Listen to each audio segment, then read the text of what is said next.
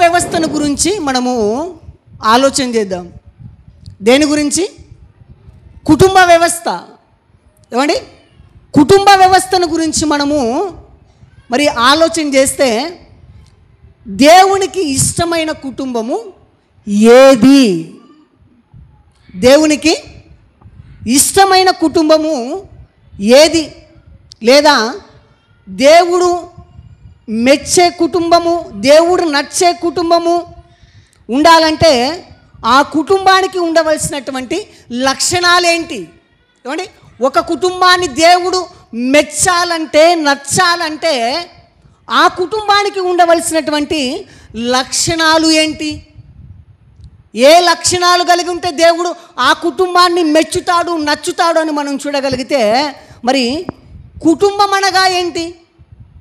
అంటే కుటుంబం అని మాట్లాడుతున్నాం కదా మనం అందరం కూడా. కుటుంబం అంటే మరి వేటి వేటి కలిగి ఉన్న దాన్ని కుటుంబం అంటారు? చెప్పండి. కుటుంబం అని వేటిని అంటారంటే, ఇదిగో భార్య, భర్త, పిల్లలు, వీరందరూ ఉన్నదాన్ని మరి కుటుంబం అంటారు. ఈ కుటుంబములో భాగాలుగా ఉన్నటువంటి భర్త తన బాధ్యతలను నిర్వహించాలి. కుటుంబంలో ఉన్నటువంటి భర్త ఏం చేయాలంటే దేవుడు తనకిచ్చినటువంటి బాధ్యతను సరిగా నిర్వర్తించాలి, చేయాలి, జరిగించాలి. అలాగనే మనం చూడగలిగితే భార్యకు దేవుడు ఇచ్చినటువంటి తన బాధ్యతలను కూడా భార్య చేయాలి, నిర్వర్తించాలి, జరిగించాలి. అలాగనే పిల్లలు కూడా పిల్లలకు వారికి ఇచ్చినటువంటి బాధ్యతను కూడా పిల్లలు మరి నిర్వర్తించాలి. అలా నిర్వర్తించితే అది దేవుడు మెచ్చే కుటుంబముగా, నచ్చే కుటుంబముగా ఆ కుటుంబం ఉంటుంది. చూడగలిగితే భార్య భర్తకు లోబడి ఉండాలి. ఎవరికి లోబడాలి? భార్య భర్తకు లోబడాలి. అలాగనే భర్త తన్ను తాను ప్రేమించుకొనుచున్నట్లుగా భార్యను కూడా ప్రేమించాలి. అలాగనే జ్ఞానము చొప్పున కాపురము చేయాలి. అలాగనే పిల్లలు కూడా అన్ని విషయాలలో తల్లిదండ్రులకు లోబడేవారిగా, వారి మాట వినేవారిగా ఏ కుటుంబం అయితే మనకు కనబడుతుందో ఆ కుటుంబము దేవునికి నచ్చే కుటుంబము, మెచ్చే కుటుంబం. అంటే ఏ కుటుంబం అయితే దేవుడు చెప్పిన మాటల ప్రకారంగా నడుస్తున్నారో, ప్రవర్తిస్తున్నారో ఆ కుటుంబము మనకు కనపడినప్పుడు ఆ కుటుంబము దేవుడు నచ్చే కుటుంబము, మెచ్చే కుటుంబము.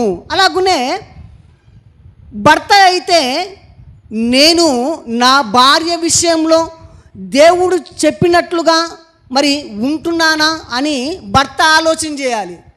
ఏమంటే కుటుంబంలో ఒక భర్త ఏమని ఆలోచన చేయాలంటే, భర్త అయితే దేవుడు నాకు ఇచ్చినటువంటి నా భార్య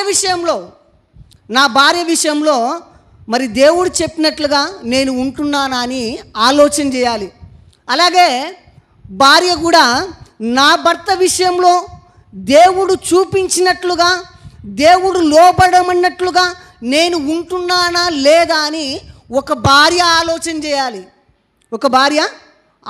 చేయాలి. అలాగనే మనం చూడగలిగితే, అలాగనే దేవుడు నచ్చే కుటుంబంగా మనం ఉన్నామా, లేదా దేవుడు అసహించుకునే కుటుంబంగా మనం ఉన్నామా అని ఆలోచన చేయాలి. మొదటిగా ఏమండి, కుటుంబాలుగా పిలువబడుతున్నటువంటి వారు అందరూ కూడా మరి ఆలోచన చేయవలసినటువంటి ప్రాముఖ్యమైన విషయం ఏంటని మనం చూడగలిగితే, ఇదిగో నా కుటుంబము దేవుడు నచ్చే కుటుంబముగా నా కుటుంబం ఉందా, దేవుడు మెచ్చే కుటుంబముగా నా కుటుంబం ఉందా, లేదా దేవుడు అసహించుకునే కుటుంబముగా నా కుటుంబము ఉందో లేదా అని ప్రతివారు కూడా ఏం చేయాలంటే, ప్రతివారు కూడా ఆలోచన చేయాలి, గమనించుకోవాలి.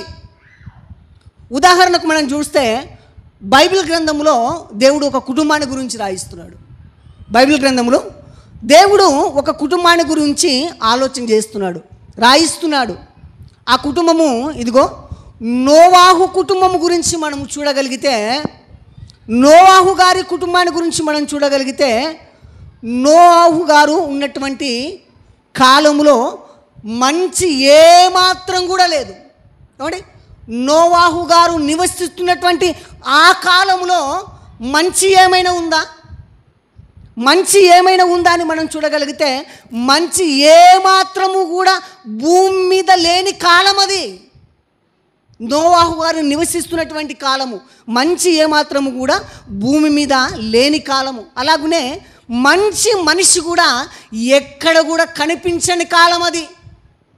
మంచి మనిషి కూడా ఎక్కడ కనిపించని కాలం అది. అలాగనే మంచి మనిషి మంచి పరిస్థితులు కూడా అలాగనే మంచి పరిస్థితులు కూడా ఎక్కడ కనిపించని కాలం అది. అలాగనే నోవాహు గారు ఏం చేశారు?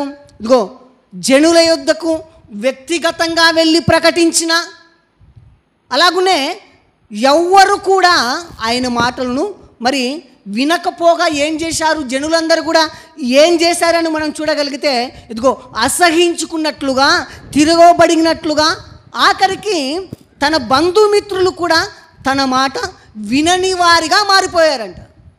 ఆ కాలంలో మరి నోవాహు గారు నివసిస్తున్నాడు. అటువంటి భయంకరమైన పరిస్థితుల మధ్య, ఏమండి, అలాంటి భయంకరమైనటువంటి పరిస్థితుల మధ్య ఒక యజమానిగా, తండ్రిగా, నాయకుడిగా నోవాహు గారు ఏం చేశారు? నోవాహు గారు ఏం చేశారంటే ఇదిగో భార్యను కాపాడుకున్నాడు భయంకరమైన జలప్రలయము నుండి. అలాంటి భయంకరమైన పరిస్థితుల నుండి కూడా మరి భార్యను కాపాడుకున్నాడు భయంకరమైన జలప్రలయం నుండి. అలాగనే మనం చూడగలిగితే 3 కుమారులను కాపాడుకున్నాడు. అలాగనే కోడళ్ళను కూడా ఆయన కాపాడుకున్నాడు. ఇదిగో వీరందరినీ కూడా ఆ ఓడ ద్వారా రక్షించుకున్నటువంటి ఒక రక్షకునిగా నోవాహు గారు మనకు కనబడుతున్నాడు. అని నోవాహు కాలంలో మంచి ఏది లేకపోయినప్పటికీ, మంచివాడు ఒక్కడు లేకపోయినప్పటికీ, మంచి కాలము లేకపోయినప్పటికీ నోవాహు గారు ఏం చేశారంటే ఆ భయంకరమైన జలప్రలయం నుండి భార్యను కాపాడుకున్నాడు. అలాగనే 3 కుమారులను కాపాడుకున్నాడు. అలాగనే 3 కోడళ్ళను కాపాడుకున్నటువంటి ఒక రక్షకునిగా మనకు కనపడుతున్నాడు నోవాహు గారు. ఒక రక్షకునిగా మనకు కనపడుతున్నాడు. అలాగనే భార్య, కుమారులు, కోడళ్ళు నోవాహు ఆయన మాటకిచ్చినటువంటి ప్రాధాన్యతను బట్టి దేవుడు ఆ కుటుంబాన్ని మెచ్చాడట. ఏం చేశాడు? ఆ కుటుంబాన్ని దేవుడు మెచ్చాడట, నచ్చాడట. ఎందుకు నోవాహు కుటుంబము దేవుడు మెచ్చాడు, నచ్చాడు అని మనం చూడగలిగితే మరి భార్య, కుమారులు, కోడళ్ళు వీరందరూ కూడా ఏం చేశారంటే మరి నోవాహు యొక్క మాటకు ఏం చేశారు? వీళ్ళందరూ లోబడ్డారు, ప్రాధాన్యత ఇచ్చారు, లోబడి నోవాహు చెప్పినట్లుగా నోవాహు మాట విని ఆ ఓడలోనికి వారందరూ కూడా వచ్చి రక్షించబడ్డాడు. అందుకనే నోవాహు గారు మరి కుటుంబాన్ని రక్షించుకున్నటువంటి ఒక రక్షకునిగా మనకు కనబడుతున్నాడు. అలాగనే మనం చూడగలిగితే చరిత్రను మనము ఒకసారి ఆలోచన చేస్తే, చరిత్రను మనం ఒకసారి ఆలోచన చేస్తే దేవుడు అన్ని కుటుంబాలను మెచ్చుతాడా, నచ్చుతాడా అని మనం చూడగలిగితే అన్ని కుటుంబాలు కూడా దేవునికి నచ్చుతాయా? మరి చెప్పండి, అన్ని కుటుంబాలను దేవుడు నచ్చుతాడా, మెచ్చుతాడా? అన్ని కుటుంబాలను నచ్చుతాడా దేవుడు? కాదు. కొన్ని కుటుంబాలను మాత్రమే మరి దేవుడు మెచ్చినట్లుగా మనకు కనబడుతున్నాయి. కొన్ని కుటుంబాలే మనకు కనబడతాయి. అలాగనే మనం చూడగలిగితే చాలామంది కుటుంబాలను గురించి ఒక మాట మాట్లాడుతుంటారు. ఏ మాట అంటే ఇదిగో వసుదైక కుటుంబము అంటుంటారు. ఏమంటుంటారు? వసుదైక కుటుంబం అంటుంటారు. వసుదైక కుటుంబం అంటే ఏంటి తెలుసా? ఎవరికన్నా మీలో తెలుసమ్మా? వసుదైక కుటుంబం అంటే ఏంటి? వినలేదా? ఎప్పుడు వినలేదా వసుదైక కుటుంబం అంటే ఏంటో?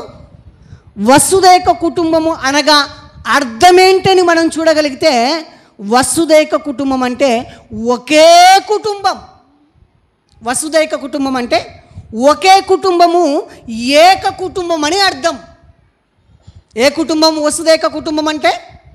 చెప్పండి. వసుదైక కుటుంబం అంటే ఏక కుటుంబం, ఒకే కుటుంబము. మరి ఈ కుటుంబానికి, ఈ వసుదైక కుటుంబానికి, ఈ ఒకే కుటుంబానికి, ఈ ఏక కుటుంబానికి దేవుడు ఏమి హితబోధ చేయాలనుకున్నాడు? దేవుడు ఒక హితబోధ చేయాలనుకున్నాడంట. ఏంటి ఆ హితబోధ? దేవుడు మరి హితబోధను చేయాలనుకున్నాడు, నేర్పించాలనుకున్నాడు. ఆ హితబోధ ఏంటి అని మనం చూడగలిగితే, ఏమండి, హితబోధ అని వేటినంటారు? హితబోధ అని వేటినంటారు? హితబోధ అనగా మంచి బోధ, ఆరోగ్యకరమైన బోధ. ఈ యొక్క హితబోధను దేవుడు కుటుంబానికి చేయాలనుకున్నాడంట, కుటుంబాలకు చేయాలనుకున్నాడంట. చూడగలిగితే దేవుడు అనే పదము ఎన్ని అక్షరాలు? ఎన్ని అక్షరాలమ్మా? దేవుడు అనే పదము 3 అక్షరాలు. ఈ పదము పలకడానికి మనకు ఎలా ఉంది? కష్టంగా ఉంది ఏమన్నా? మాకు కష్టపడుతున్నారా? దేవుడు అనే 3 అక్షరాల పదం పలకడానికి ఎవరైనా కష్టపడుతున్నారా? ఇబ్బంది పడుతున్నారా? ఏమండి, ఎవరు కూడా కష్టపడట్లేదు, ఇబ్బంది పడట్లేదు. అలాగనే ఈ పదాన్ని పలకడానికి చాలా సులభంగా ఉంది. ఎలా ఉంది? సులభంగా ఉంది, ఏ కష్టం కూడా లేదు, చాలా సులభంగా మరి ఉంది. అలాగనే రాసినంత ఈజీగా, మరి మాట్లాడినంత ఈజీగా అర్థమయ్యేవాడు కాదు దేవుడు అంటే. 3 అక్షరాల దేవుడు అనే పదాన్ని పలికినంత ఈజీగా, రాసినంత ఈజీగా, మాట్లాడినంత ఈజీగా అర్థమయ్యేవాడు కాదు దేవుడు అంటే. చాలామంది దేవుడు అంటే 3 పదాలే కదా అని మరి ఈజీగా, సులభంగా పలికేస్తుంటారు దేవుడు అనే పదాన్ని. కానీ దేవుడు అనే పదము మనము పలికినంత ఈజీగా, ఏమండి, రాసినంత ఈజీగా, మాట్లాడినంత ఈజీగా అర్థమయ్యేవాడు కాదు దేవుడు అంటే. చూడగలిగితే ఆ దేవుని గురించి మరి తెలుసుకోవడానికి పరిశుద్ధ గ్రంథాన్ని ఇచ్చాడు దేవుడు మనకు. ఆ యొక్క దేవుని గురించి తెలుసుకోవడానికి పరిశుద్ధ గ్రంథాన్ని ఇచ్చాడు దేవుడు. అలాగునే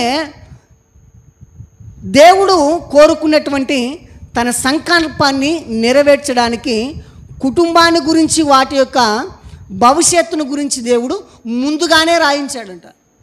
పరిశుద్ధ గ్రంథములో దేవుడు అనుకున్నట్లుగా, దేవుడు సంకల్పాన్ని నెరవేర్చుకోవడానికి కుటుంబాన్ని గురించి, వాటి యొక్క భవిష్యత్తును గురించి దేవుడు ముందుగానే తన గ్రంథములో రాశాడు అంటున్నాడు.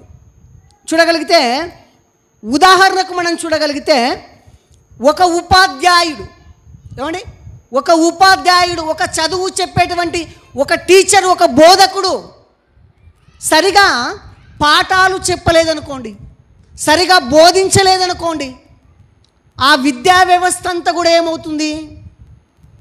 బాగుపడుతుందా? ఏమవుతుందమ్మా? ఏమండి, ఒక ఉపాధ్యాయుడు సరిగా పాఠాలు చెప్పకపోతే, సరిగా బోధించకపోతే, ఆ విద్యా వ్యవస్థకు అంతా కూడా ఏమవుతుందంటే ఒకానొక దినమున అంతా కూడా నాశనమైపోతుంది. అలాగనే మనం చూడగలిగితే, ఒక రాజ్యాన్ని పరిపాలించేటువంటి రాజు, నాయకుడు సరి అయిన వాడు కాకపోతే ఆ రాజ్యం ఏమైపోతుంది? ఆ రాజ్యం ఏమైపోతుంది? ముక్కలైపోతుంది. ఆ రాజ్యం ఏమైపోతుంది? ముక్కలైపోతుంది, పాడైపోతుంది, చెడిపోతుంది. అలాగే ఒక కుటుంబానికి, ఇదిగో, యజమానిగా ఉన్నటువంటి కుటుంబ పెద్ద సరిగా లేకపోతే ఆ కుటుంబం కూడా ఏమైపోతుందంటే ముక్కలైపోతుంది, చెదిరిపోతుంది, పాడైపోతుంది. కానీ ఒక ఉపాధ్యాయుడు సరిగా బోధించకపోతే ఆ విద్యా వ్యవస్థ అంతా కూడా పాడైపోతుంది. అలాగనే ఒక రాజు ఒక దేశాన్ని మరి సరిగా పరిపాలించకపోతే అదంతా కూడా ఏమవుతుందంటే ముక్కలైపోతుంది. అలాగనే ఒక కుటుంబాన్ని పరిపాలించేటువంటి కుటుంబ యజమాని, తండ్రి, పెద్ద, ఆ కుటుంబాన్ని సరిగా మరి నడిపించకపోతే, ఏలకపోతే ఆ కుటుంబం కూడా ఏమైపోతుందంటే ఇదిగో ముక్కలైపోతుంది, చెడిపోతుంది. ఆ కుటుంబము కూడా చూడగలిగితే మరి ద్వితీయోపదేశ కాండము 12వ అధ్యాయము 7వ వచనాన్ని చూడండి. ద్వితీయోపదేశ కాండము 12వ అధ్యాయము 7వ వచనం. మీరును మీ దేవుడైన యెహోవా మిమ్మును ఆశీర్వదించి మీకు కలగజేసిన మీ కుటుంబములను మీ దేవుడైన యెహోవా సన్నిధిని భోజనము చేసి మీ చేతి పనులన్నిటి యందు సంతోషింపవలెను. ఏమండి, ఇక్కడ దేవుడు అంటున్నాడు, మీ దేవుడైన యెహోవా మీ కుటుంబములను ఆశీర్వదించి అని చెప్తున్నాడు. ఏం చేస్తున్నాడంట దేవుడు? మన కుటుంబాలన్నిటిని కూడా దేవుడు ఏం చేస్తున్నాడంటే ఇదిగో ఆశీర్వదించి అని చెప్తున్నాడు. మన కుటుంబాలన్నిటిని కూడా దేవుడు ఏం చేస్తున్నాడంటే ఆశీర్వదిస్తున్నాడు. మరి దేవుడు అనుకున్నట్లుగా కుటుంబ వ్యవస్థ భూమి మీద జరగాలంటే మొట్టమొదటిగా ఏం జరగాలి? ఒక కుటుంబము భూమి మీద ఏర్పడాలంటే, కుటుంబ వ్యవస్థ భూమి మీద మొట్టమొదటిగా జరగాలంటే, ఏర్పడాలంటే మొట్టమొదటిగా ఏం జరగాలి? ఏం జరగాలమ్మా చెప్పండి. ఒక కుటుంబము భూమి మీద కట్టబడాలంటే, కుటుంబముగా ఏర్పడాలంటే మొదటిగా ఏం జరగాలి? వివాహం జరగాలి. వివాహం జరిగితేనే కదా వివాహం జరగాలి. అలాగా వివాహము జరగాలి. మరి స్త్రీ పురుషులను ఏకము చేయడంలో ప్రాముఖ్యమైన ఉద్దేశం ఏంటి దేవునిది అని మనం చూడగలిగితే, దేవునికంటూ కొన్ని ఉద్దేశాలు, ఇష్టాలు ఉన్నట్లుగా మనం చూస్తున్నాం. భూమి మీద ఒక స్త్రీని, ఒక పురుషుని దేవుడు మరి ఏకం చేస్తున్నాడంటే, కుటుంబముగా కడుతున్నాడంటే దేవుని యొక్క ఉద్దేశాలు ఏంటని మనం చూడగలిగితే, మరి దేవుని యొక్క ఉద్దేశం ఏంటంటే ప్రారంభంలో చెప్తాడు కదా, ఆదికాండంలో ఏమంటాడు? ఇదిగో భార్య భర్తలు వీరిరువురు కూడా ఫలించాలి, అభివృద్ధి పొందాలి, విస్తరించాలి. అలాగనే దేవుడు అనుకున్నాడు తనకు అనేక మంది పిల్లలు కావాలి, ఆ కుటుంబం అంతా కూడా దేవుని దగ్గరకు రావాలి, ఆయనను సేవించాలి, ఆయన గురించి చెప్పాలన్నదే దేవుని యొక్క ఉద్దేశం. కుటుంబాన్ని దేవుడు భూమి మీద ఎందుకు మరి కుటుంబాలుగా ఏర్పరుస్తున్నాడని మనం చూడగలిగితే, దేవుని యొక్క ఉద్దేశం ఏంటంటే ఇదిగో భార్యాభర్తలు కుటుంబముగా ఏం చేయాలంటే ఫలించాలి, అభివృద్ధి పొందాలి, విస్తరించాలి, అనేక మంది పిల్లలను కనాలి. అలా కన్న తర్వాత ఆ కుటుంబం అంతా కూడా దేవుని దగ్గరకు రావాలి, ఆయనను సేవించాలన్నదే దేవుని యొక్క ఉద్దేశము. అలాగనే మనం చూడగలిగితే వసుదైక కుటుంబం అన్నాం కదా. మనం ఏమన్నాం? వసుదైక కుటుంబము అంటే ఒకే కుటుంబము, ఏక కుటుంబము అన్నాం.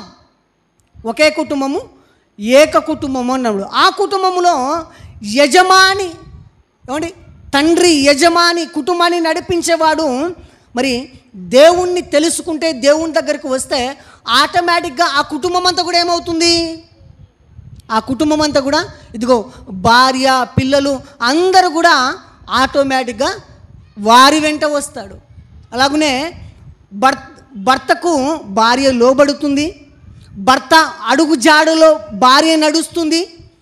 వీరిద్దరూ మరి దైవిక ఆలోచనలో మరి ఉన్నప్పుడు వారిని గర్భాన పుట్టినటువంటి మరి పిల్లలు కూడా దైవికమైన ఆలోచనలతో లక్షణాలతో ఉంటారు. దైవికమైన లక్షణాలతో ఉంటాడు.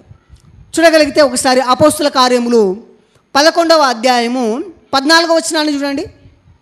ఇక్కడ ఒక కుటుంబాన్ని గురించి దేవుడు రాయిస్తున్నాడు. చూడండి ఒకసారి, అపోస్తుల కార్యములు 11వ అధ్యాయము 14వ వచనం. నీవును నీ ఇంటి వారందరూ ఏ మాటల వలన రక్షణ పొందుదురో ఆ మాటలు అతడు మీతో చెప్పునని తన ఇంట నిలిచి తనతో చెప్పిన యొక్క దేవదూతను చూచిన సంగతి మాకు తెలిపెను. ఇదిగో నీవును నీ ఇంటి వారును ఎక్కడికి రావాలంటున్నాడంటే భూమి మీద మరి స్థాపించబడినటువంటి సంఘం అనేది ఒకటి ఉంది. భూమి మీద స్థాపించినటువంటి సంఘం అనేది ఒకటి ఉంది. లోకానికి వేరై రక్షణ పొంది రక్షణ అనే ఓడలోనికి సంఘములోనికి నువ్వు రావాలి. కాబట్టి అందరు కుటుంబాలుగా మనమందరము కూడా ఎక్కడికి రావాలని మనం చూడగలిగితే మరి దేవుడు భూమి మీద స్థాపించినటువంటి సంఘం అనేది ఒకటి ఉంది.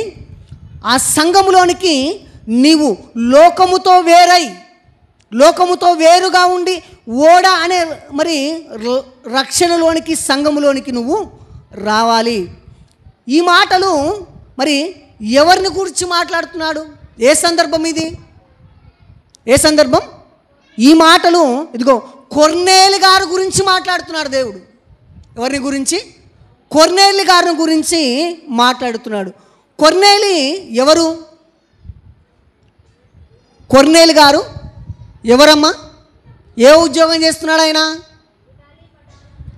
ఇటలీ పటాలమందు అనబడినటువంటి పట్టణములో శతాధిపతి అయిన కొర్నేలి గురించి రాయిస్తూ ఆయన ఎలా ఉన్నాడంటే శతాధిపతిగా ఉన్నాడంట. శతాధిపతి అంటే 100 మందికి అధికారి. కొర్నేలి గారు 100 మందికి అధికారిగా 100 మందికి పైగా అధికారిగా ఉన్నాడు. ఆ అధికారిగా ఉన్నాడు కదా. ఆయనకంటూ ఏ బాధ్యతలు లేవా కుటుంబంలో? ఏమండి 100 మందికి అధికారిగా ఉన్నాడు, 100 మందికి పైగా ఉన్నాడు. అలాగా ఉన్నా కూడా ఎన్నో బాధ్యతలు కలిగి చక్కగా ఆయన యొక్క బాధ్యతలను కొర్నేలి గారు నిర్వర్తిస్తున్నాడు, జరిగిస్తున్నాడు. చూడగలిగితే ఆయన ఏం చేస్తున్నాడని మీరు వింటున్నారు దేవుని గ్రంథంలో? ధర్మకార్యాలు చేస్తున్నాడు. ఏం చేస్తున్నాడు? ఏమండి 100 మందికి అధికారిగా ఉండి ఎన్నో బాధ్యతలు కలిగి ఉన్నటువంటి కొర్నేలి గారు ఏం చేస్తున్నాడంటే ధర్మకార్యాలు చేస్తున్నాడు. అలాగునే భక్తి కలిగిన వాడిగా ఉన్నాడు. అలాగునే కుటుంబాన్ని ఏం చేస్తున్నాడంటే పోషిస్తున్నాడు. కుటుంబాన్ని కూడా పోషిస్తున్నాడు. ఇన్ని బాధ్యతలు ఉన్న కుటుంబము పట్ల ఏనాడైనా కొర్నేలి గారు నిర్లక్ష్యం వహించాడా? అని కుటుంబాన్ని పట్టించుకోకుండా ఎప్పుడైనా నిర్లక్ష్యం వహించాడా కొర్నేలి గారు?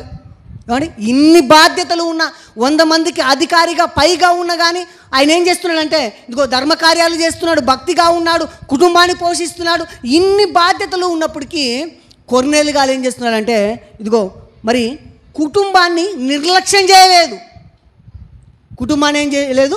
నిర్లక్ష్యం చేయలేదు. కొంతమందిని మనం చూస్తే ఒక ఉద్యోగం కానీ కొన్ని బాధ్యతలు మరి పురుషునికి ఉన్నప్పుడు ఏం చేస్తాడంటే ఆ కుటుంబాన్ని పురుషుడు ఏం చేస్తున్నాడంటే నిర్లక్ష్యం చేస్తుంటారు. కాబట్టి పట్టించుకోకుండా కుటుంబం ఎలా పోయినను, ఏమి ఉన్నా లేకపోయినను, ఎలా పోయినను వారు ఏం చేస్తుంటారంటే కుటుంబాలను పట్టించుకొని వారిగా ఉంటారు. కానీ ఇక్కడ కొర్నేలి గారు ఏం చేస్తున్నారు? ఎన్ని బాధ్యతలు ఉన్నా కానీ మరి కుటుంబాన్ని పట్ల నిర్లక్ష్యము వహించని వారు కొర్నేలి. నిర్లక్ష్యము వహించని వాడు, బాధ్యత కలిగి ఉన్నటువంటి వాడు కొర్నేలి. అలాగనే మనం చూడగలిగితే అపోస్తుల కార్యములు చూడండి. అపోస్తుల కార్యములు 16వ అధ్యాయము 30వ వచనాన్ని చూడండి ఒకసారి. అపోస్తుల కార్యములు 16వ అధ్యాయము 30వ వచనం. వారిని వెలుపలికి తీసుకొని వచ్చి అయ్యలారా, రక్షణ పొందుటకు నేనేమి చేయవలెను? అందుకు వారు ప్రభువైన యేసునందు విశ్వాసముంచుము, అప్పుడును నీవును నీ ఇంటి వారును రక్షణ పొందురని చెప్పి. ఏమంటే ఈ సందర్భాన్ని మనం చూడగలిగితే ఇదిగో పౌలు శీలలు చెరసాల్లో ఉన్నారు.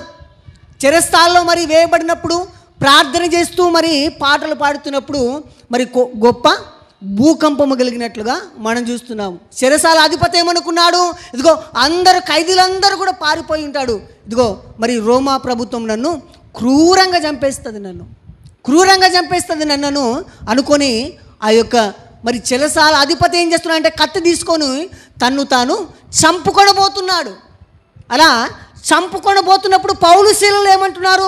వారిని వెలుపలికి తీసుకొని వచ్చి, ఏమండి అలాగ పౌలు శీలలు మాట్లాడుతూ నువ్వు చంపుకోవద్దు, ఎవరు కూడా ఎక్కడికి కూడా వెళ్ళలేదని చెప్పాడు. అలా చెప్పినప్పుడు వారిని వెలుపలికి తీసుకొని వచ్చి, మరి అయ్యలారా రక్షణ పొందుటకు నేనేమి చేయవలనని అడుగుతున్నాడు. చూడండి, ఏమండి రక్షణ పొందాలంటే, నేను రక్షించబడాలంటే ఏం చేయాలి, ఏం చేస్తే నేను రక్షించబడతానని అడుగుతున్నాడు. అందుకు వారు ప్రభువైన యేసునందు విశ్వాసముంచుము, అప్పుడు నీవును నీ ఇంటి వారును రక్షణ పొందురని చెప్పి అతని ఇంటి నుండి వారందరికీ దేవుని వాక్యము బోధించిరి. రాత్రి ఆ గడియలోనే అతడు వారిని తీసుకొని వచ్చి వారి గాయములు కడిగెను. వెంటనే అతని ఇంటి వారందరూ బాప్తిస్మము పొందిరి. ఏమండి అతడు ఒక్కడే రక్షించబడ్డాడా? ఏమండి అతడు ఒక్కడే బాప్తిస్మం పొందాడా? ఒక్కడే పొందొచ్చు కదా, ఒక్కడే పొందుకోవచ్చు కదా రక్షణ, ఒక్కడే పొందుకోవచ్చు కదా బాప్తిస్మం. ఏం చేశాడంటే ఇదిగో తనతో పాటు తన కుటుంబాన్ని అంతటికి కూడా ఏం చేశాడంటే ఇదిగో వాక్యమును మరి బోధించినప్పుడు మరి విన్నారు. ఆ రాత్రి గడియలోనే అతడును అతని ఇంటి వారందరూ కూడా మరి బాప్తిస్మము పొందిరి. కుటుంబంలో ఒక యజమాని కానీ, ఒక భార్య కానీ, ఒక కూతురు కానీ, ఒక కుమారుడు కానీ రక్షణ పొందితే సరిపోతుందా? అని కుటుంబంలో ఒక్కరు రక్షించబడితే సరిపోతుందా? అందరూ రక్షించబడాలా? అందరూ రక్షించబడాలి. ఒకరు రక్షించబడితే దేవుడు మరి ఇష్టపడడు. కుటుంబం అంతా కూడా రక్షించబడాలి, దేవుడిలోనికి రావాలి. అలాగనే అతను ఇంటి వారందరూ కూడా బాప్తిస్మము పొందిరి. మరియు అతడు వారిని ఇంటికి తోడుకొని వచ్చి భోజనము పెట్టి దేవుని యందు విశ్వాసం ఉంచిన వాడై తన ఇంటి వారితో కూడా ఆనందించెను. ఏమండి ఏం చేస్తున్నాడు? తాను ఆనందించడం గాక, తాను సంతోషపడడం గాక ఏం చేస్తున్నాడంటే ఇంటి వారి అందరితో, కుటుంబముతో అందరితో, భార్యతో, పిల్లలతో అందరితో కూడా మరి ఆనందిస్తున్నాడు. ఆయన ఆనందిస్తున్నాడు. మరి మీకు ఒక మరి ఉదాహరణ చెప్తాను. మరి భర్తను గురించి ఒక బోధకుడు ఇలా మాట్లాడాడు. ఏమని మాట్లాడుతున్నాడంటే భర్త అనేవాడు ఎలా ఉన్నాడు, ఎలా ఉండాలి అంటే ఇదిగో లబ్బరు భర్త ఒకటేనంట. ఏదమ్మా? లబ్బరు. ఏ లబ్బరు అంటే మీరు జడలకు వేసుకుంటారు చూడండి, ఏమండి చేతికి వేసుకుంటారు, జడలకు వేసుకుంటారు చూడండి, నల్లది లబ్బరు.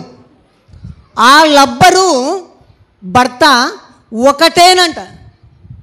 ఎందుకు ఒకటే? భర్త లబ్బరు ఇద్దరు ఒకటి ఏ రీతిగా అవుతాడని? ఏ రీతిగా అవుతారు? లబ్బర్ ఏం చేస్తుంది? ఇదిగో మీకున్నటువంటి మీ కురులు, మీ యొక్క జడలను మరి మీ కురులు ఏమండి చెదిరిపోకుండా, పాడైపోకుండా, పక్కకు వెళ్ళకుండా లబ్బర్ ఏం చేస్తుంది? ఏమండి గట్టిగా బిగించేస్తుంది. బిగించేస్తుంది, ఒక చోట సమకూరుస్తుంది, దాన్ని గట్టిగా సమకూరుస్తుంది, ఒక చోట గట్టిగా మరి సమకూరుస్తుంది. అలాగునే ఈరోజు భూమి మీద ఉన్నటువంటి కుటుంబాల అన్నీ కూడా, ఈరోజు భూమి మీద ఉన్నటువంటి కుటుంబాలు అన్నీ కూడా మరి విచ్ఛిన్నమైపోకుండా, చెదిరిపోకుండా ఉండాలంటే కుటుంబ యజమాని, కుటుంబ భర్త, మరి యజమానుడు, భర్త, పెద్ద కుటుంబ తండ్రి ఏం చేయాలంటే ఒక లబ్బరులాగా ఆ కుటుంబానంతటి కూడా దేవునిలో కట్టివేయాలంట, దేవునిలోనికి నడిపించాలంట. ఒక లబ్బరు ఎలాగైతే చెదిరిపోకుండా, ఏమండి, ఎలాగైతే చెదిరిపోకుండా అంతటిని ఒక చోట సమకూరుస్తుందో, అలాగునే కుటుంబ యజమాని అనేవాడు, పెద్ద అనేవాడు, తండ్రి అనేవాడు మరి ఒక లబ్బరులాగా కుటుంబాన్ని దేవునిలో కట్టాలంట. దేవునిలో కుటుంబాన్ని అంతటి కూడా దేవునిలో కట్టి మరి నడిపించాలి. దైవిక లక్షణాలు కుటుంబంలో మరి ఉంచాలి. వారిలో, ఆ కుటుంబంలో దైవిక లక్షణాలు లేకపోతే ఆ కుటుంబం అంతా కూడా ఏమైపోతుంది? ఏమండి, చెదిరిపోతుంది, పాడైపోతుంది, నాశనమైపోతుంది. అందుకనే కుటుంబంలో యజమాని అనేవాడు, భర్త అనేవాడు, తండ్రి అనేవాడు ఎలా ఉండాలంటే ఒక లబ్బరులాగా ఉండాలి. ఒక లబ్బరులాగా ఉండాలంట. అలాగను మనం చూడగలిగితే ఈరోజు చాలామంది కుటుంబాలుగా పిలువబడుతున్నాయి. మరి చాలామంది కూడా మరి ఏం చేస్తున్నారంటే కుటుంబాలుగా పిలువబడుతున్నారు కదా. కొంతమంది ఉన్నప్పుడు ఆ కుటుంబాన్ని మనము కుటుంబముగా పిలుస్తుంటాము. చాలామంది పేర్లు మరి కుటుంబముగా పిలువబడుతున్నారు. కానీ ఆ కుటుంబము దేవునికి ఇష్టమైనదో, భూమి మీద దేవునికి ఇష్ట ప్రకారంగా మరి బ్రతుకుతున్నాయో లేవో తెలియాలంటే మనము ఎక్కడికి వెళ్ళాలి? అన్ని కుటుంబాలు దేవునికి ఇష్టమైన కుటుంబాలేనా? ఏమండి, అన్ని కుటుంబాలు కూడా దేవునికి ఇష్టమైన కుటుంబాలు కాదు. కానీ ఆ కుటుంబాలన్నీ కూడా దేవునికి ఇష్టమైనట్లుగా బ్రతుకుతున్నాయో లేవో తెలియాలంటే ఎక్కడికి వెళితే మనకు బాగా తెలుస్తుంది? దేని దగ్గరికి వస్తే మనకు బాగా తెలుస్తుంది? ఏమండి, బైబిల్ దగ్గరికి వస్తే బాగా తెలుస్తుంది. ఆ కుటుంబము ఎలాంటిదో, ఆ కుటుంబం యొక్క బలహీనతలను బైబిల్ ఏం చేస్తుందంటే బయట పెడుతుంది. అన్ని కుటుంబాలు దేవుడు నచ్చే కుటుంబాలు కాదు, అన్ని కుటుంబాలు దేవుడు మెచ్చే కుటుంబాలు కాదు. కాబట్టి కొన్ని కుటుంబాలు మాత్రమే, ఆ కుటుంబాలు మరి బైబిల్ దగ్గరికి వస్తే ఆ కుటుంబం యొక్క బలమేంటో, బలహీనతలు ఏంటో బైబిల్ బయట పెడుతుంది. బైబిల్ అనేది, దేవుని వాక్యం అనేది బయట పెడుతుంది. ఏమండి, ఇప్పటికీ దేవుని సంకల్పం, దేవుని ఇష్టము నెరవేర్చకపోవడానికి, భూమి మీద జరగకపోవడానికి 3 కారణాలు ఉన్నాయండి. ఏమండి, ఇప్పటికీ దేవుని యొక్క ఇష్టము నెరవేరకపోవడానికి భూమి మీద దేవుని యొక్క ఇష్టం నెరవేరకపోవడానికి 3 కారణాలు ఉన్నాయి. అవేంటంటే మరి ఒక్కొక్కటిగా చూసుకుంటూ మరి ముందుకు వెళ్దాం. ఆదికాండము చూడండి, ఆదికాండము 6వ అధ్యాయము ప్రారంభ వచనాన్ని చూడండి. ఆదికాండము 6వ అధ్యాయము ప్రారంభ వచనం. నరులు భూమి మీద విస్తరింప ఆరంభించినప్పుడు తరువాత కుమార్తెలు వారికి పుట్టినప్పుడు దేవుని కుమారులు నరుల కుమార్తెలు చక్కని వారని చూసి వారందరిలో తమకు మనసుకు నచ్చిన స్త్రీలను వివాహము చేసుకొనిరి. అప్పుడు యెహోవా నా ఆత్మ నరులతో ఎల్లప్పుడూ వాదించదు. వారు తమ అక్రమముల విషయములో నరమాత్రులై ఉన్నారు. అయినను వారి దినములు 120 ఏండ్లు అగుననెను. ఏమని చూడగలిగితే తమకు దేవుడు రాయిస్తున్నాడు 2వ వచనంలో, తమకు నచ్చిన స్త్రీలను, తమ మనస్సులకు వచ్చిన స్త్రీలను వివాహము చేసుకోవడాన్ని దేవుడు దేనిని పరిణామంలోనికి తెస్తున్నాడు? ఏమంటున్నాడు?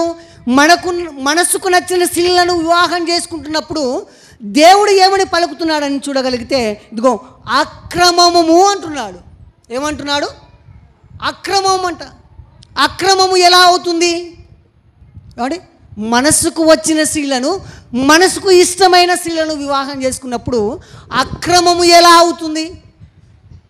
చూడండి, అక్రమము ఎలా అవుతుందని మనం చూడగలిగితే, ఇదిగో వివాహ వ్యవస్థను దేవుడే రూపించాడు, దేవుడే కడుతున్నాడు. వివాహం అనగా కొన్ని నియమాలు, నిబంధనలు ఉన్నాయి.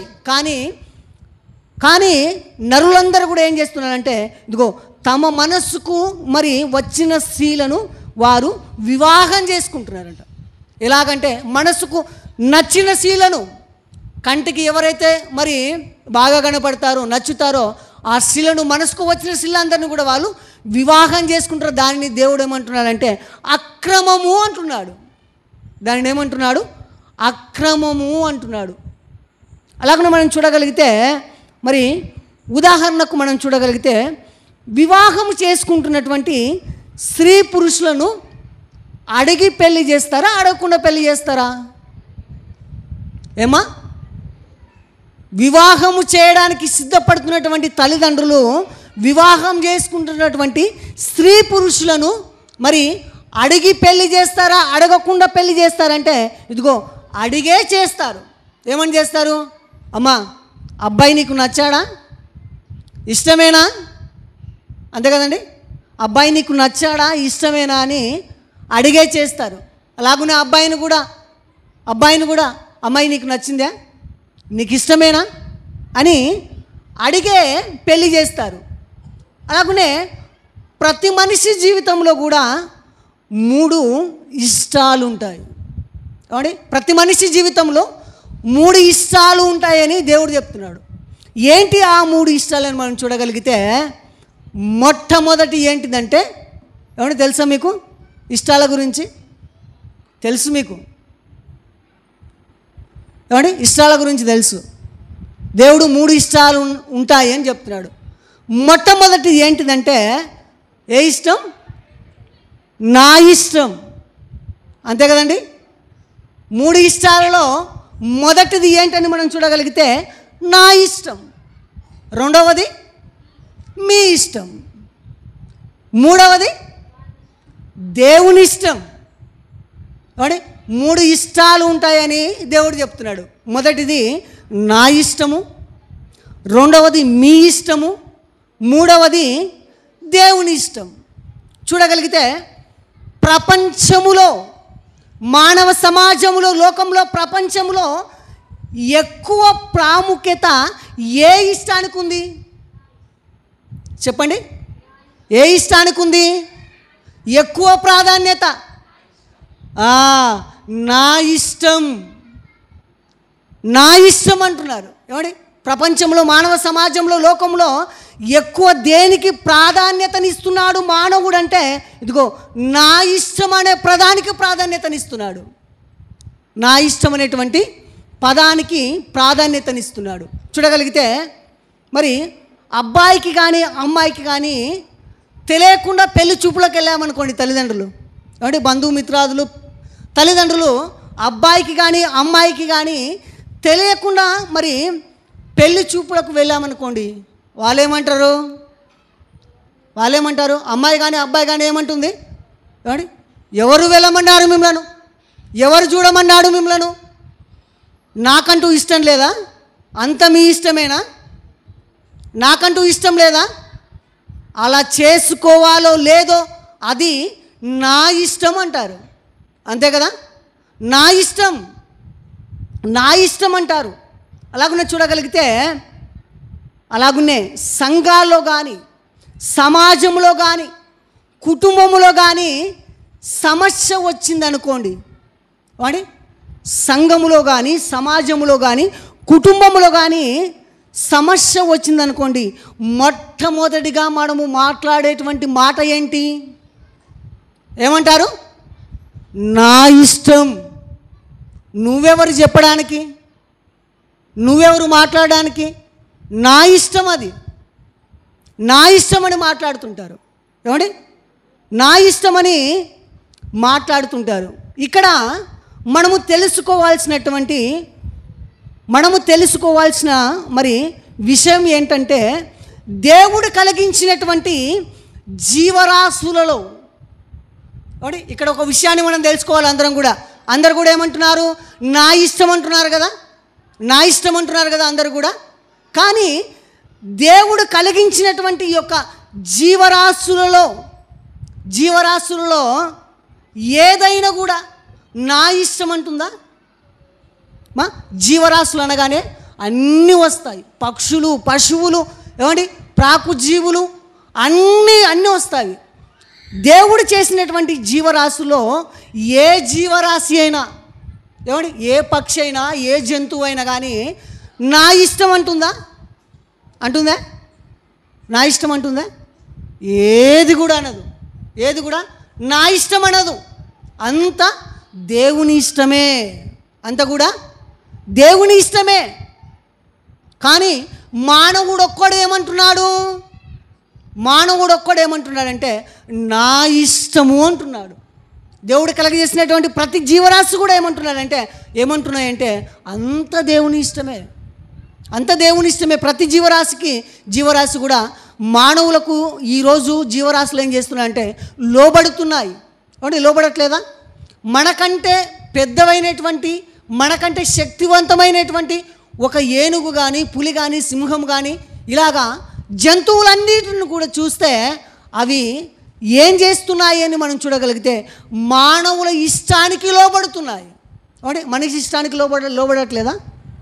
మనిషి చెప్పినట్లు చేస్తున్నాయా లేదా? మరి చేయట్లేదా? నా ఇష్టం అంటున్నాయా జంతువులు? నా ఇష్టం అంటున్నాయా? మానవుడు చెప్పినట్లుగా మరి వింటున్నాయా? మానవుడు చెప్పినట్లుగా వింటున్నాయి, లోబడుతున్నాయి. నా ఇష్టం అనట్లేదు, అవి మానవునికి లోబడుతున్నాయి. అలాగుండా మనం చూడగలిగితే కొంతమంది ఎలా ఉంటారంటే, భర్తలు ఎలా ఉంటారంటే మరి కొంతమంది భర్తలు భార్యలు ఏం చేస్తారంటే, నీవు నాకు లోబడాలి గనక, భర్తగా యజమానిగా నాకు నువ్వు లోబడాలి గనక నోరు మూసుకొని ఉండు, చెప్పిందల్లా విను అంటుంటారు భర్తలు. భర్తలు ఏమంటుంటారు భార్యలను? నీవు నాకు లోబడాలి గనక నేను చెప్పిందంతా కూడా నువ్వు వినాలి, నోరు మూసుకోవాలి, వినాలి, జాగ్రత్తగా ఉండాలని మరి భర్తలు అంటుంటారు. అలాగునే మనం చూడగలిగితే అలా అనేవారికి ఒక ప్రశ్న అండి. భర్తలందరూ కూడా అంటుంటారు కదా, నీవు స్త్రీగా నాకు లోబడాలి, నేను చెప్పిన మాట వినాలి అని భర్తలు మాట్లాడుతుంటారు. అలాగా మాట్లాడేటువంటి భర్తలందరికీ కూడా ఒక ప్రశ్న. ఏంటి ఆ ప్రశ్న అని మనం చూడగలిగితే, వివాహమైన తరువాత భార్య భర్త ఇంట మరి ఎన్ని సంవత్సరాలు భర్తతో ప్రయాణం చేస్తుంది? వివాహమైన తరువాత భార్య భర్తతో ఎన్ని సంవత్సరాలు ప్రయాణం చేస్తుంది లేదా జీవిస్తుంది? చెప్పండి. ఎన్నిసార్లు? మహా అయితే 60 సంవత్సరాలు, 70 సంవత్సరాలు మరి భర్తతో ప్రయాణం చేస్తుంది, జీవిస్తుంది. అలాగే మరి భర్తగా పిలువబడుతున్నటువంటి, యజమానిగా పిలువబడుతున్నటువంటి మరి భర్త భార్య ఇంటికి వెళ్ళినప్పుడు 1 నెల ఉండగలుగుతున్నాడా? ఒక వారం ఉండగలుగుతున్నాడా? చూడండి ఒకసారి. నువ్వు నాకు లోబడాలి భార్యగా అని పలుకుతున్నటువంటి పురుషుడు మరి నీవు మరి తాళి కట్టినందుకు, వివాహం చేసుకున్నందుకు నీతో సహజీవనము చేయడానికి ఆ భార్య 60-70 సంవత్సరములు నీతో కలిసి ప్రయాణం చేస్తుంది, జీవిస్తుంది తన మరణకాలమంత వరకు కూడా. కానీ భర్త ఏం చేస్తాడు? అత్తారింటికి పోయినప్పుడు 1 నెల ఉంటారండి ఎవరన్నా? 1 నెల ఉన్న భర్తను చూసారా? 1 వారం ఉన్న భర్తను చూసారా? 2-3 దినాలు అయ్యిందో లేదా మరి భర్త ఏమంటున్నాడంటే, చాలా సర్దేయంగా పోదాం, చాలేంగా సర్దేయండి పోదాం అంటే ఉండలేకపోతుంటాడు, అక్కడ ఉండలేకపోతుంటాడు. ఎప్పుడెప్పుడు మరి సొంత స్థలానికి వెళ్ళిపోవాలి, ఎప్పుడెప్పుడు మరి నేను నివసిస్తున్నటువంటి మరి కుటుంబానికి ఊర్లోనికి వెళ్ళిపోవాలని భర్త ఆలోచన చేస్తుంటాడు. మరి ఇంకో ఇష్టాన్ని మనం చూడగలిగితే అదేంటంటే రెండో ఇష్టం ఏమని చెప్పాం? మొదటి ఇష్టం ఏంటి? నా ఇష్టం. రెండవ ఇష్టం ఏంటి? మీ ఇష్టం. ఏమండి, రెండవ ఇష్టాన్ని మనం చూడగలిగితే దేవుడు రాయిస్తుంటున్నాడు. మరి మొదటి రాజుల గ్రంథము 11వ అధ్యాయము 7-8 వచనాలు చూడండి. మీ ఇష్టాన్ని అనేటువంటి రెండవ ఇష్టాన్ని గురించి దేవుడు తన గ్రంథంలో రాయిస్తూ మరి మొదటి రాజులు 11వ అధ్యాయము 7-8 వచనములు చూడండి ఒకసారి. సొలొమోను కేమోసు అను మోయాబీయుల హేయమైన దేవతకును మొలేకు అను అమోనీయుల హేయమైన దేవతకును యెరూషలేము ఎదుటనున్న కొండ మీద బలిపీఠములను కట్టించెను. తమ దేవతలకు ధూపము వేయిచు బలులు అర్పించుచుండిన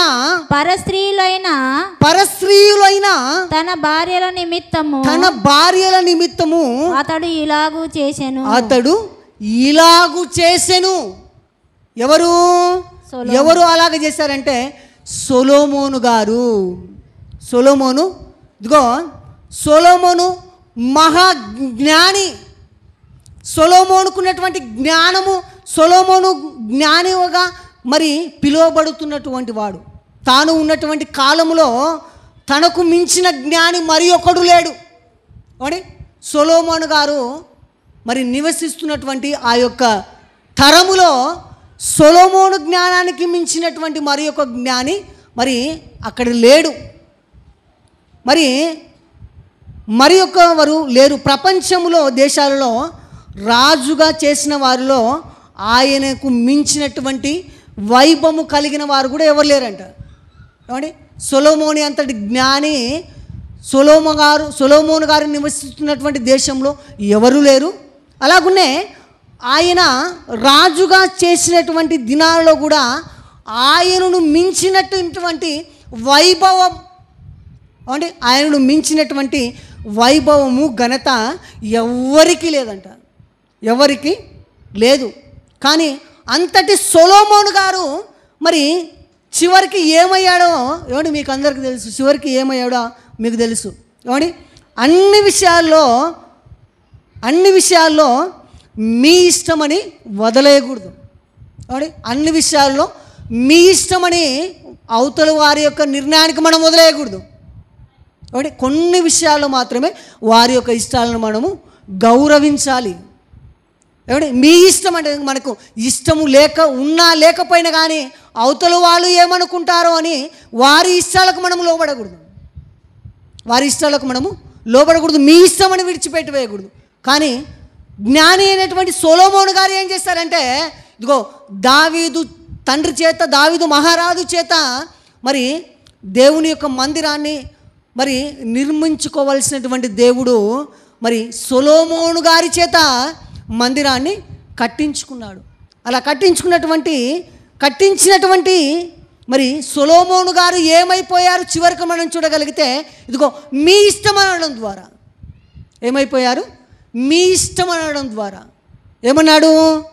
తమ దేవతలకు ధూపము వేయిచు బలులు అర్పించుచుండిన పరస్త్రీయులైన తన భార్యల నిమిత్తము అతడు ఇలాగు చేసెను. ఏం చేశాడండి? భార్యల నిమిత్తము భార్యలను అడిగినప్పుడు ఆయన ఏమన్నాడంటే మీ ఇష్టం అన్నాడు. ఏమన్నాడు? మీ ఇష్టం. వారి ఇష్టానికి విడిచిపెట్టేశాడు. కనుకనే ఇదిగో మరి తమ దేవతలకు ధూపం వేయిచు బలులు అర్పించుచుండిన పరస్త్రీయులైన తన భార్యల నిమిత్తం.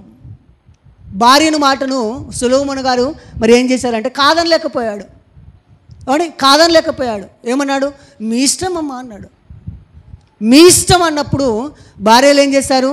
మరి సొలొమోను గారి చేత మరి బలిపీఠాలను మరి అన్నిటిని కూడా మరి హేయమైనటువంటి వాటిని కూడా మరి యెరూషలేమునకు ఎదురుగా కొండ మీద బలిపీఠాలను కట్టించేవారిగా చేశారు సొలొమోను గారిని. ఏమండి దేని ద్వారా మరి జ్ఞాని అయిన సొలొమోను గారు దేని ద్వారా మరి చివరికి ఏమైపోయాడంటే నీ ఇష్టం అనడం ద్వారా, దేని ద్వారా నీ ఇష్టం అనడం ద్వారా. ఏమంటే అన్ని విషయాలు కూడా మరి ఇతరుల యొక్క ఇష్టాలకు మనము వదిలేయకూడదు. అది చాలా ప్రమాదం, అది చాలా ప్రమాదం గనక మరి కొన్ని విషయాల్లో మాత్రమే వారిని మనము మరి వారి ఇష్టాలను మనము గౌరవించాలి, వారి ఇష్టాలకు వదిలేయాలి. అలాగే చాలామంది మరి భార్యలు అడిగినప్పుడు ఏమండి చీరల విషయంలో కానీ నగల విషయంలో కానీ చాలా సందర్భాల్లో భార్యలు అయినప్పుడు కూడా భర్తలు ఏం చేస్తుంటారు కొన్ని సందర్భాల్లో ఏమండి ఎలాంటి ఇంకా ఏది కూడా లేకుండా తప్పించుకోవడానికి ఏది లేకుండా సర్లేమ్మా నీ ఇష్టం లేంటుంటారు. అంతే కదండి, నీ ఇష్టం లేంటుంటారు. ఆ ఇష్టం వలన అనర్థాలు వస్తాయి. కనుక అన్ని విషయాల్లో మనము వారి ఇష్టాలకు వదిలేయకూడదు, అలాగనే నా ఇష్టం అనకూడదు, వాళ్ళ ఇష్టాలకు వదిలేయకూడదు. కనుక ఆ రీతిగా దేవుని యొక్క ఇష్టాన్ని జరిగించేవారిగా మన కుటుంబం అంతా కూడా మరి దేవుని దగ్గరికి వచ్చి కుటుంబాలుగా మన కుటుంబాలు మీ కుటుంబాలు కూడా మరి అన్నీ కూడా మరి ఉండాలని తెలియజేస్తూ మరి కొద్ది మాటలు ముగిస్తున్నాను. మరి మిగతా సందర్భాన్ని మరి వాక్యం ఇంకా చాలా ఉంది, మిగతా సందర్భాన్ని మరలా ఆదివారపు ఆరాధన దినమున మరి ధ్యానించుదాం.